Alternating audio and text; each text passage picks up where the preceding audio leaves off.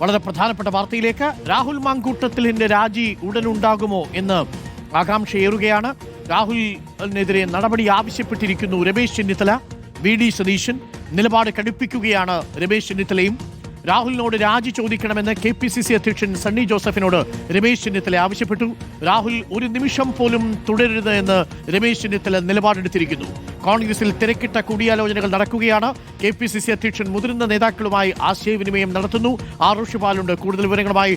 റോഷിപാൽ, അനിവാര്യമായ രാജിക്ക് ഇനി അധിക ദൂരമില്ല. രമേശ് ചെന്നിത്തല ശക്തമായ നിലപാടെടുത്തിരിക്കുന്നു എന്നാണ് മനസ്സിലാക്കുന്നത്, അല്ലേ റോഷി? അരുൺകുമാർ, അങ്ങനെയാണ്. കാരണം രാഹുൽ മാങ്കൂട്ടത്തിനെതിരെ ഏറ്റവും പ്രധാനപ്പെട്ട തെളിവുകൾ പുറത്തുവരുന്നു. ഇനിയും തെളിവുകൾ പുറത്തുവരുമെന്ന ആശങ്കയാണ് കോൺഗ്രസ് നേതാക്കൾ പ്രകടിപ്പിക്കുന്നത്. അതുകൊണ്ട് തന്നെ ഇനിയും MLA സ്ഥാനത്ത് രാഹുൽ മാങ്കൂട്ടത്തിൽ കടിച്ചു തൂങ്ങിയാൽ അത് തദ്ദേശ തെരഞ്ഞെടുപ്പിൽ തിരിച്ചടിയാകുമെന്ന മുന്നറിയിപ്പ് രമേശ് ചെന്നിത്തലയും വി.ഡി. സതീശനും KPCC അധ്യക്ഷൻ സണ്ണി ജോസഫിന് നൽകി കഴിഞ്ഞു.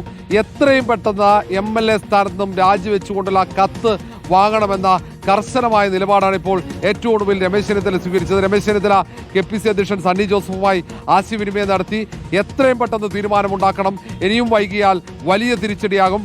ഇന്നലെ റിപ്പോർട്ടർ പുറത്തുവിട്ട ആ ശബ്ദരേഖ ഗുരുതരമാണ്.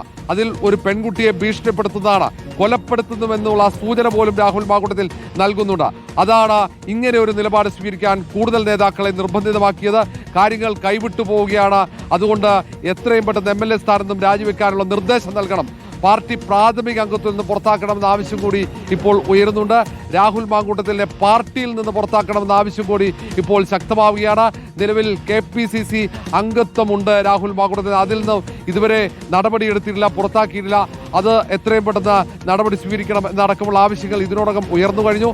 പാർട്ടിയുടെ എല്ലാ നേതാക്കളും രാഹുലിനെ കൈവിട്ടു. ഇപ്പോൾ ഒരു നേതാവ് മാത്രമാണ് രാഹുലിന്റെ സംരക്ഷണ വലയം തീർത്തിരിക്കുന്നത്. ഷാഫി പറമ്പിൽ MP ആണ്. വടകര MP ആയ ഷാഫി പറമ്പിൽ, മുൻ യൂത്ത് കോൺഗ്രസ് സംസ്ഥാന അധ്യക്ഷനായ ഷാഫി പറമ്പിൽ, KPCCയുടെ വർക്കിംഗ് പ്രസിഡന്റായ ഷാഫി പറമ്പിൽ ഒഴികെ മറ്റെല്ലാ നേതാക്കളും രാഹുൽ മാങ്കൂട്ടത്തിൽ MLA പൂർണ്ണമായും കൈവിട്ടിരിക്കുന്നു. പക്ഷേ AICCയുടെ കൂടുതൽ വിവരങ്ങൾ വന്നുകൊണ്ടിരിക്കുന്നു. ഇക്കാര്യത്തിൽ നിർണായകമാണ്. അനിവാര്യമായ രാജിയിലേക്ക് കാര്യങ്ങൾ എത്തുന്നു എന്നാണ് നമ്മൾ മനസ്സിലാക്കുന്നത്.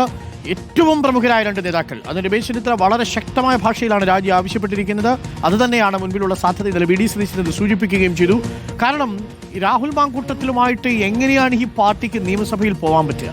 എങ്ങനെയാണ് രമേശ് ചെന്നിത്തല രാഹുൽ മാങ്കൂട്ടത്തിലുമായി നിയമസഭയിൽ ഇടം പങ്കിടുക?